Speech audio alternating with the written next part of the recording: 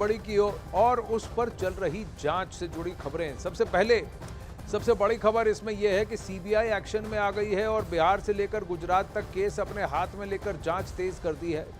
दूसरी बड़ी खबर यह है कि बिहार नीट पेपर लीक मामले में मुख्य आरोपियों में से एक संजीव मुखिया ने गिरफ्तारी से बचने की एक चाल चली है, जिसकी वजह से उस तक जांच एजेंसी पहुंच नहीं पा रही। तीसरी बड़ी खबर यह है कि पेपर लीक पर जांच के सीबीआई ने एक नया चक्रव्यूह तैयार कर लिया है। क्या है वो चक्रव्यूह, उस पर भी आपको एक स्पेशल रिपोर्ट दिखाएंगे। चौथी बड़ी खबर यह है कि सीबीआई के पहुंचने से पहले हजारीबाग में पेपर लीक हेडक्वार्टर पर न्यूज 18 इंडिया पहुंचा और वहां क्या जांच चल रही है वो भी आपको दिखाएंगे।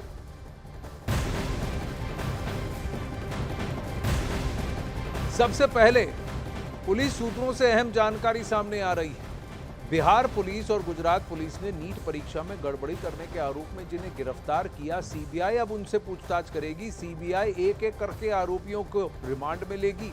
सूत्रों के मुताबिक शिक्षा मंत्रालय ने सीबीआई से कहा है कि अगर किसी लोक सेवक की भूमिका नजर आती है तो उसकी भी पूरी जांच की जाएगी। फिलहाल सीबीआई जब्त किए गए मोबाइल फोन और प्रश्न पत्रों की फॉरेंसिक रिपोर्ट का इंतजार कर रही है। सीबीआई को संदेह है कि नीट पेपर लीक लोकलाइज्ड हो सकता है, क्योंकि पेपर बहुत ही क्लोज्ड ग्रुप में ही बांटा गया था। चंद्रमोहन इस वक्त पटना से हमारे साथ लाइव जुड़ रहे हैं। चंद्रमोहन, सबसे पहली बात मैं आपसे जानना चाहूंगा कि बिहार के एंगल में ये लोकलाइज्ड होना क्यों लग रहा है, क्योंकि इसके तार तो अलग अलग राज्यों में भी जाके जुड़े हैं, पर सीबीआई क्यों कह रही है कि शायद ये लोकलाइज्ड लीक हो सकता है?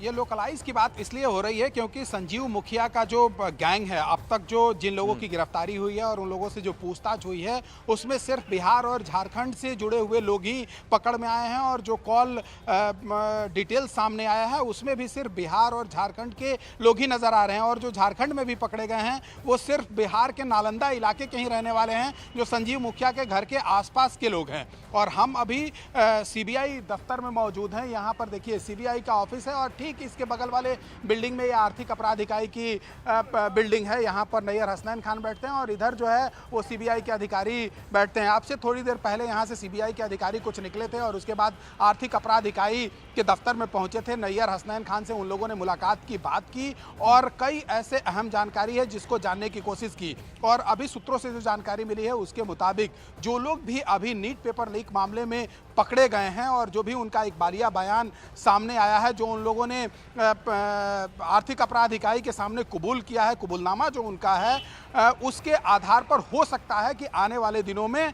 सीबीआई जो है इन सभी लोगों को रिमांड पर लेगी और पूछताछ करेगी उन लोगों से। और उसके बाद आगे की कड़ियां क्या रहती है इस पर भी ध्यान जाएगा। लेकिन सबसे अहम जो जानकारी है वो ये है कि संजीव मुखिया, उसके खिलाफ 5 मई को पटना के शास्त्री नगर थाने में एफआईआर दर्ज होता है और ठीक एक महीने बाद 5 जून को वो अपना नो कोर्सिव ले लेता है पटना सिविल कोर्ट से। और उसके बाद आर्थिक अपराध इकाई को उसको गिरफ्तार करने में काफी परेशानियों का सामना करना पड़ता है। और अगर उसका नो कोर्सिव खत्म हो जाता है, उसके बाद अगर उसकी गिरफ्तारी हो जाती है। इसी खबर पर आते हैं संजीव मुखिया से जुड़ी हुई, फिर चंद्रमोहन के पास जाएंगे। बिहार में नीट पेपर लीक मामले में मुख्य आरोपियों में से एक संजीव मुखिया ने पटना की कोर्ट से अग्रिम जमानत ले रखी है। कोर्ट ने संजीव मुखिया के एप्लीकेशन पर आदेश दिया है कि अगले आदेश तक संजीव मुखिया के खिलाफ कोई भी जबरन कार्रवाई नहीं की जाएगी। मतलब संजीव मुखिया पर पुलिस कोई एक्शन नहीं ले सकती, ना उसे गिरफ्तार किया जा सकता है और ना ही उससे जबरन पूछताछ की जा सकती है। कोर्ट ने अपने आदेश में नो कोअर्सिव मेजर्स का जिक्र किया है। चंद्रमोहन जुड़ रहे हैं। चंद्रमोहन, आप यही कह रहे थे कि संजीव मुखिया ने ये दाव खेला है, अगली सुनवाई कब है और तब तक क्या और भी पुख्ता सबूत लेकर कोर्ट इसके एंटीसिपेटरी बेल को चैलेंज कर पाएगी प्रोसिक्यूशन? बिल्कुल, देखिए आर्थिक अपराध इकाई ने जो जांच किया है और जो पूछताछ हुआ है, जो लोग गिरफ्तार हुए हैं उनसे उनका कबूलनामा सामने आया है, वो साफ तौर पर दिखा रहा है कि नीट का पेपर लीक हुआ था और ये पुख्ता सबूत आर्थिक अपराध इकाई के पास है, जिसकी पूरी जानकारी जो है वो दे दी गई है सीबीआई को। अब सवाल ये उठता है कि संजीव मुखिया 5 तारीख को पेपर लीक मामले में पटना के शास्त्री नगर थाने में एफआईआर दर्ज होता है और ठीक एक महीने बाद 5 जून को वो नो कॉर्सिव ले लेता है, क्योंकि उसके खिलाफ कोई जबरिया कार्रवाई नहीं हो सकती है। और यही वजह है कि वो अब तक बचते आ रहा था। लेकिन आज जब सुनवाई थी, उसमें कोर्ट की तरफ से साफ तौर पर यह कहा गया है कि क्योंकि यह पूरा मामला अब सीबीआई देख रही है, तो अब सीबीआई को आगे क्या करना है उसके ऊपर निर्भर है। अब शाम तक इसमें ऑर्डर भी आ जाएगा कि क्या नो कोर्सिव खत्म कर दिया गया या फिर नो कोर्सिव आगे भी जारी रहेगा। अगर आगे नो कोर्सिव संजीव मुखिया के खिलाफ जारी रहता है, तब तो पूछताछ और उसके खिलाफ जबरिया कार्रवाई में दिक्कत हो सकती है। लेकिन अगर नो कोर्सिव खत्म हो जाता है, तब संजीव मुखिया के लिए बच पाना काफी मुश्किल हो जाएगा। उसकी गिरफ्तारी होगी और उससे पूछताछ होगी, उसके बाद सब कुछ लोगों के सामने होगा। कोई तो वजह होगी कि संजीव मुखिया नो कोर्सिव एक्शन और एंटीसिपेटरी बेल की बात कर रहा है। क्या इसके बीच में क्या वो साक्ष्य जो है उसे मिटा सकता है, या फिर जांच एजेंसियों के पास अब इतने साक्ष्य हैं कि जो भी इसमें इन्वॉल्व था वो उसमें फंसेगा। अब चाहे वो लोक सेवक भी हो, इस बात की भी बात कह चुका है सीबीआई। चंद्रमोहन बने रहिए। पेपर लीक मामले की कहानी में सीबीआई की एंट्री भी हो चुकी है। सीबीआई के बड़े बड़े अधिकारी बेहद गोपनीय तरीके से मामले की तह तक जाने की कोशिश कर रहे हैं। आइए आपको दिखाते हैं कि वो कौन कौन से एंगल हैं जिनको लेकर सीबीआई की जांच का सिलसिला अब आगे बढ़ रहा है।